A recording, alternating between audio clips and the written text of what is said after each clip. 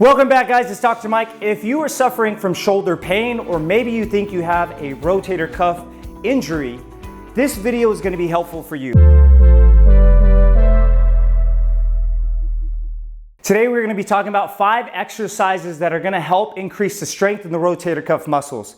Now, what's important to understand is although we are talking about strengthening the rotator cuff muscles, we must not forget the influence and how much of an impact the larger muscles surrounding the shoulder joint also influence how I'm able to move my shoulder and how I'm able to lift objects and have the freedom of motion to do whatever I want. So the exercises today that I'm going to teach you are going to focus on not only strengthening the rotator cuff muscles, but also all the muscles around the shoulder joint. Let's get started. Now, when we're talking about shoulder health, we're not just focusing on strengthening the muscles of the shoulder, but we're also focusing on flexibility. So before we go over any strengthening exercises, I wanted to teach you a nice mobility drill that you can do to help open up the front of the shoulders and the lats, which are some of the contributors to causing shoulder pain or restriction along the shoulder joint, okay? So you're gonna do this with your palms facing up towards the ceiling. I like to call these kind of like a snow angels. You're gonna be moving your palms up and around in a circle, and you're gonna control how far you can lift those arms overhead. So as I'm moving, I'm trying to keep my spine in contact with the foam roll the entire time. As I'm slowly raising my arms overhead, still trying to keep my palms facing upward. What I don't wanna do is turn my arms inward like this, because it could cause some irritation along the rotator cuff area. So keep those palms facing up. And if you can only go to about shoulder height, and that's where you're just gonna start with. So you can work through about 2 minutes of just trying to open up all of the muscles of the chest and the shoulders, even as you go overhead, some of the lats, and it's gonna help prepare us as we get ready to focus on strengthening all the muscles of the shoulder and the shoulder joint.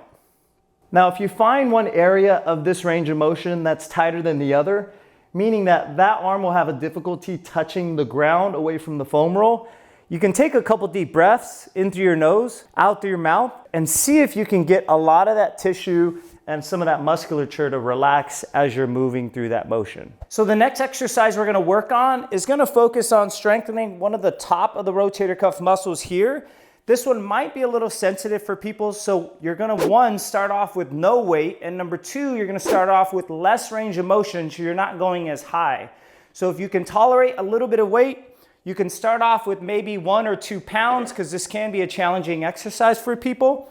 And your thumbs are gonna basically be facing up, and your arms are not gonna be at your side, and they're not gonna be in front. They're gonna be in between those 2 motions. So you're gonna go nice and slow as you're raising your arms up, trying to keep your posture nice and tall. What I don't want you to do is shrug your shoulders up. I want you to try to keep those shoulder blades nice and down as you're moving through that motion. And if you're feeling more comfortable as you're moving through with the weight, you are gonna allow yourself to go a little bit higher with nice, slow control, especially on the way down.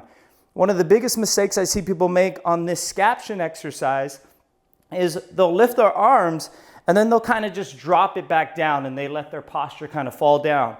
So you wanna do this with nice control, nice and slow, and you can do about 3 sets of 10 repetitions on this exercise here. Now, the next exercise we're gonna move on to is strengthening the back of the rotator cuff muscles. These are our external rotators.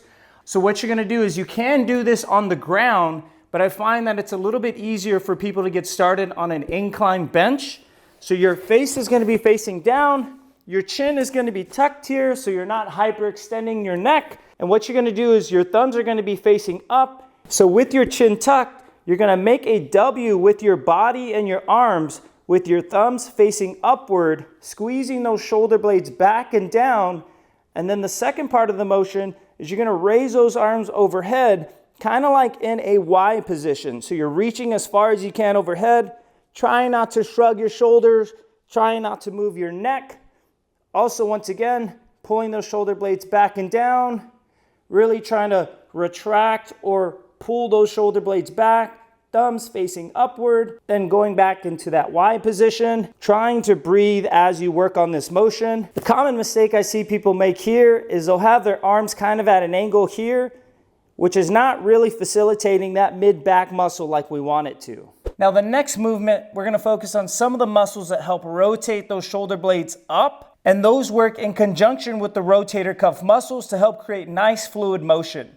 So you're gonna do this with your thumbs facing up, forearms are gonna be parallel with the wall, and what you're doing is you're trying to slowly roll that foam roller up and roll it down. What I don't wanna do is hyperextend my lower back, just trying to go overhead by compromising at the spine and in your trunk. So try your best to keep your sternum down towards your waistline and focus on nice fluid motion. You should feel a lot of these muscles working even in the shoulder blades as well as you're moving higher and higher with that foam roller. Also notice that my elbows are pretty much shoulder width apart or maybe just slightly wider as I'm raising my arms overhead.